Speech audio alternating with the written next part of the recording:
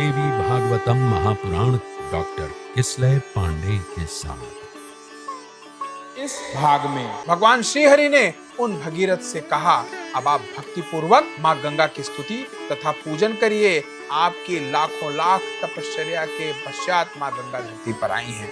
उसके बाद भगीरथ ने कौथुम शाखा में बतलाए गए ध्यान तथा स्तोत्र के द्वारा भक्ति पूर्वक माँ गंगा की बार बार पूजा व आराधना की। इसके बाद भगीरथ तथा गंगा ने भगवान श्री कृष्ण को प्रणाम किया और जैसा कि उनको माँ की प्रेरणा थी वो लोग अपने कार्य में प्रवृत्त हुए। इसके बाद नारद जी पूछते हैं कि प्रभु आपने तो ये बता दिया, पर ये भी तो बताइए कि वो कौन से स्तोत्र था, वो कौन सी स्तुति थी जिससे भगीरथ ने माँ गंगा का पूजन किया, उनकी स्तुति की, उनको प्रसन्न किया।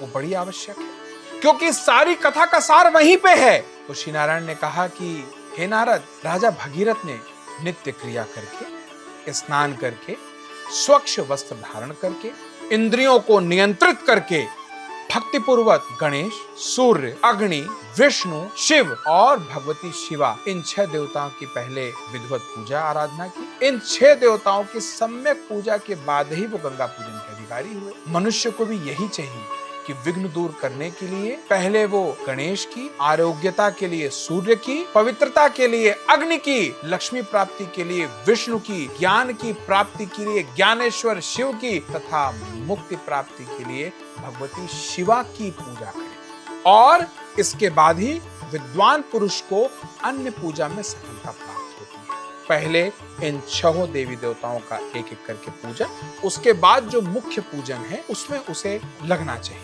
अन्यथा इसके विपरीत भी परिणाम आ सकता है। सो हे नारद, जिस ध्यान के द्वारा भगीरथ ने गंगा का ध्यान किया, अब उसे सुनिए। इसके बाद श्री नारायण कर्म शाखा में बतलाई गई माँ गंगा की स्तुति को आगे बताते हैं और कहते हैं कि ये ध्यान, ये देवी ध्यान सभी पापों का नाश करने वाला है। वे कहते हैं कि गंगा का वर्ण श्वेत कमल के समान स्वच्छ है, ये समस्त पापों का नाश करने वाली है।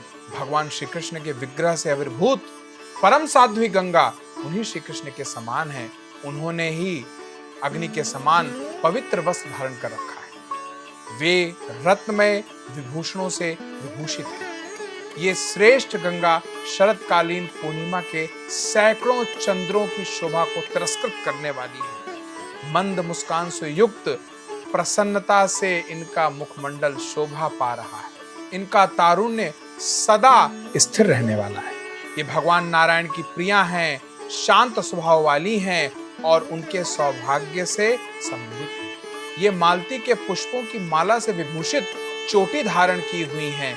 इनका ललाट चंदन की बिंदियों के साथ सिंदूर की बिंदियों से सुशोभित है। इनके स्थल पर कस्तूरी आदि सुगंधित पदार्थों से नाना प्रकार की चित्रकारी हुई है। इनके परम मनोहर दोनों होंठ पके हुए बिंब फल की लालिमा को तिरस्कृत कर रहे हैं। इनकी मनोहर दंत पंक्ति मोतियों की पंक्ति प्रभा को भी तिरस्कृत कर रही है। इनके सुंदर मुख पर कटाक्षपूर्ण चितवन से युक्त मनोहर नेत्र शोभा पा रहे हैं। इन्होंने कठोर तथा श्रीफल के आकार वाले विग्रह को धारण कर रखा है। ये केले के खंभों को भी लज्जित कर देने वाले विशाल तथा कठोर स्वरूप को प्राप्त हैं। इनके मनोहर दोनों चरणबिंद स्थल पद्म की प्रभा को भी तिरस्कृत कर रहे हैं। रत्नमयी पादुकाओं से युक्त इनके चरण कुमकुम तथा महावर से सुशोभित हो रहे हैं। देवराज इंद्र के मुकुट में लगे हुए मंदार पुष्प के रज कण से चरण लाल हो गए हैं। देवता सिद्ध मुनीश्वर गणों के द्वारा प्रदत्त अर्घ से इनके चरण सदा सिक्त रहते हैं। ये चरण कमल तपस्वियों के जटा समूह रूपी भ्रमण श्रेणियों से सुशोभित हैं।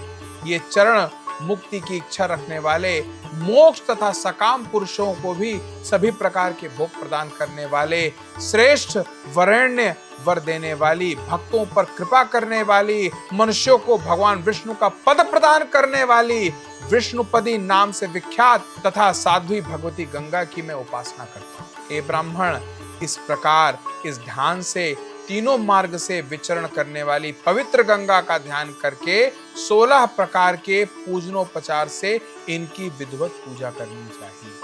आसन, पाद्य, अर्घ्य, स्नान, अनुलेपन, धूप, दीप, नैवेद्य, तांबूल, शीतल जल, वस्त्र, आभूषण, माला, चंदन, आचमन और मनोहर शैया, ये अर्पण योग्य 16 उपचार हैं। इन्हें भक्ति पूर्वक गंगा को अर्पण करके दोनों हाथ जोड़कर स्तुति करके उन्हें प्रणाम करें। इस विधि से गंगा की विधिवत पूजा करके मनुष्य अश्वमेध यज्ञ का फल प्राप्त करता है। तो फिर प्रेम से बोलिए जय माता की।